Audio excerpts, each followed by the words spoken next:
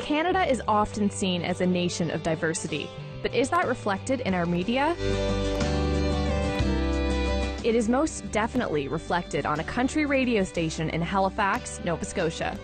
If a black guy in his 30s can pull off doing country, then hopefully that'll lead to even more doors being opened. Meet John Boyd, an African Canadian raised in the Annapolis Valley of Nova Scotia. He grew up in a town with a population of less than 1,000 people. It was as a child John realized he had a dream to be on the radio.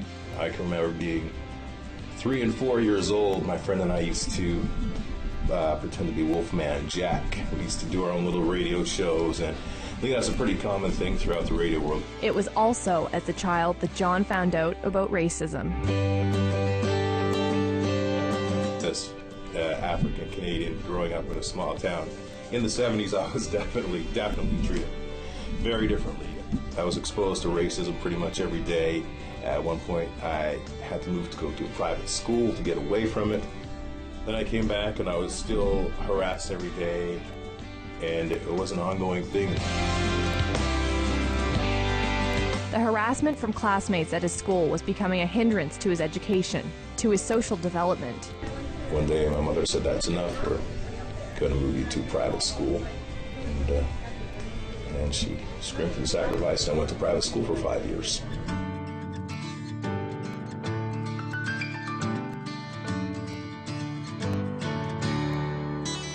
Although a dream of John's, radio wasn't an option. As a high school dropout, he didn't believe he would be able to get into the industry. I was not encouraged to go into radio at all because it's so competitive, and I was told you need really good marks. I didn't have really good marks. A few years after John dropped out of high school, he later upgraded his education at Dalhousie University in Halifax. He worked in healthcare for a while before deciding to finally pursue his radio dream. He enrolled in the Radio and Television Arts program at the Nova Scotia Community College and was accepted on his first application. And though nobody in his class treated John differently because of his skin color, he still felt diverse amongst his classmates. I definitely did feel diverse within the program. I didn't feel discriminated against, but I did feel diverse just in that I'm a visible minority. I would assume probably in your class today you don't have a tremendous amount of visible minorities. That's the norm in Nova Scotia. It was clear to his radio instructor, Dave Bannerman, that John showed potential. John was a really quiet student until he sat down behind the microphone, and then everything changed. And that personality that was hidden within suddenly had been discovered. It wasn't a case of when, it was just a case of how soon he would get that first gig, which he did very quickly. And I suspect he's well on his way to a very rewarding career. After leaving college in 2005, John went to CKEC Radio in New Glasgow, Nova Scotia. It was his first full-time radio gig, and he couldn't have been more excited. It was there that he met Carlton Monroe, past host of the East Coast Road Trip, a magazine program that profiles East Coast musicians. As a self-proclaimed music junkie, it wasn't long before John was hosting the program himself. What's up? Welcome to East Coast Road Trip. I'm your host, John Boyd. The past year has been a big one for us. It was as the host of East Coast Road Trip that John attained a nomination for both an East Coast Music Award and a Nova Scotia Music Award. John made quite the name for himself in New Glasgow. He was well received by his listeners and appreciated by his co-workers. John's radio dream had finally come true.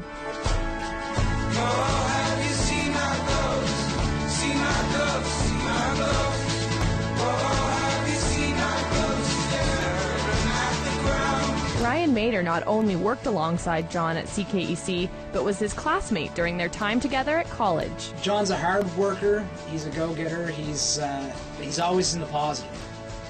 Because John has such a history in folk and pop music, it was difficult to picture him working in any other genre. That's why his friends and co-workers were surprised to find out in the summer of 2010, John had accepted the afternoon drive slot on FX 1019 in Halifax. for him to be working in a country radio station is actually kind of cool because he has to sit down and learn an entire new genre of music he's never really exposed himself to on a basis where you have to relate that music back to your audience. Carlton Monroe, John's predecessor on the East Coast road trip, was very happy to hear that John was taking the next step in his career. I laughed, first of all, because I didn't really know that he had much of a background in country, and no, I thought it was great. I was really happy for him. He certainly has a lot of great tools for radio and broadcasting in general, so I was quite happy to see him get an opportunity to advance those in the Halifax market. And now John Boyd finds himself the host of the Drive Time Show on FX 1019. The only country radio station in Halifax. Good afternoon, JB playing 10 in a row with Chad Brownlee on Today's Country, today's FX 1019.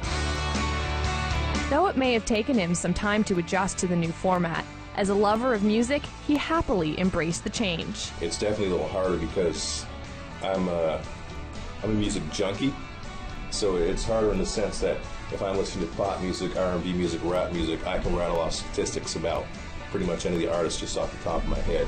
With country, I really had to throw myself into it. But again, music is music, and if you really throw yourself into it, it comes pretty quick. John is thankful that after only 5 years in the industry, he has already scored a full-time job in a major radio market. He attributes much of that success to the support he has received from his hometown. I've gotten a tremendous amount of support from my mother and the community in general. Where I'm from, in Bridgetown, the Annapolis Valley, I really felt that the black community has definitely been behind me all the way. Odile Boyd had this to say about her son's success. I am just so very, very pleased about it. I always said to John, from the time he was a child, you know, you have a wonderful voice, John, both speaking and singing. You're going to have to go into radio. When John reflects on what diversity means to him today, this is what he had to say. Well, if someone is a victim of homophobia, I can probably relate a little better than some people because I've been a victim of discrimination on the basis of my skin color. People are people, and still a ways to go. There's still a lot of covert stuff going on, but it's definitely a lot easier, and I think a lot of doors have been opened. Doors that will now remain open for others. All because John was brave enough to open them for himself.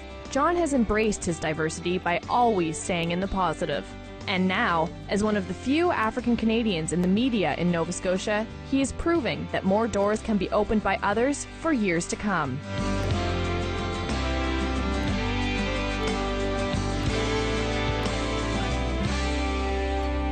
From humble beginnings in a small town in Nova Scotia to achieving a childhood dream, John Boyd's future is bright.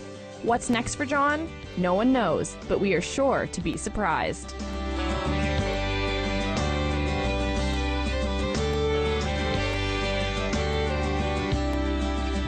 This feature has been a production of the Radio and Television Arts students at the Nova Scotia Community College in Dartmouth, Nova Scotia. Katrina Elliott, Jamie Kelly, and Kate Vianos.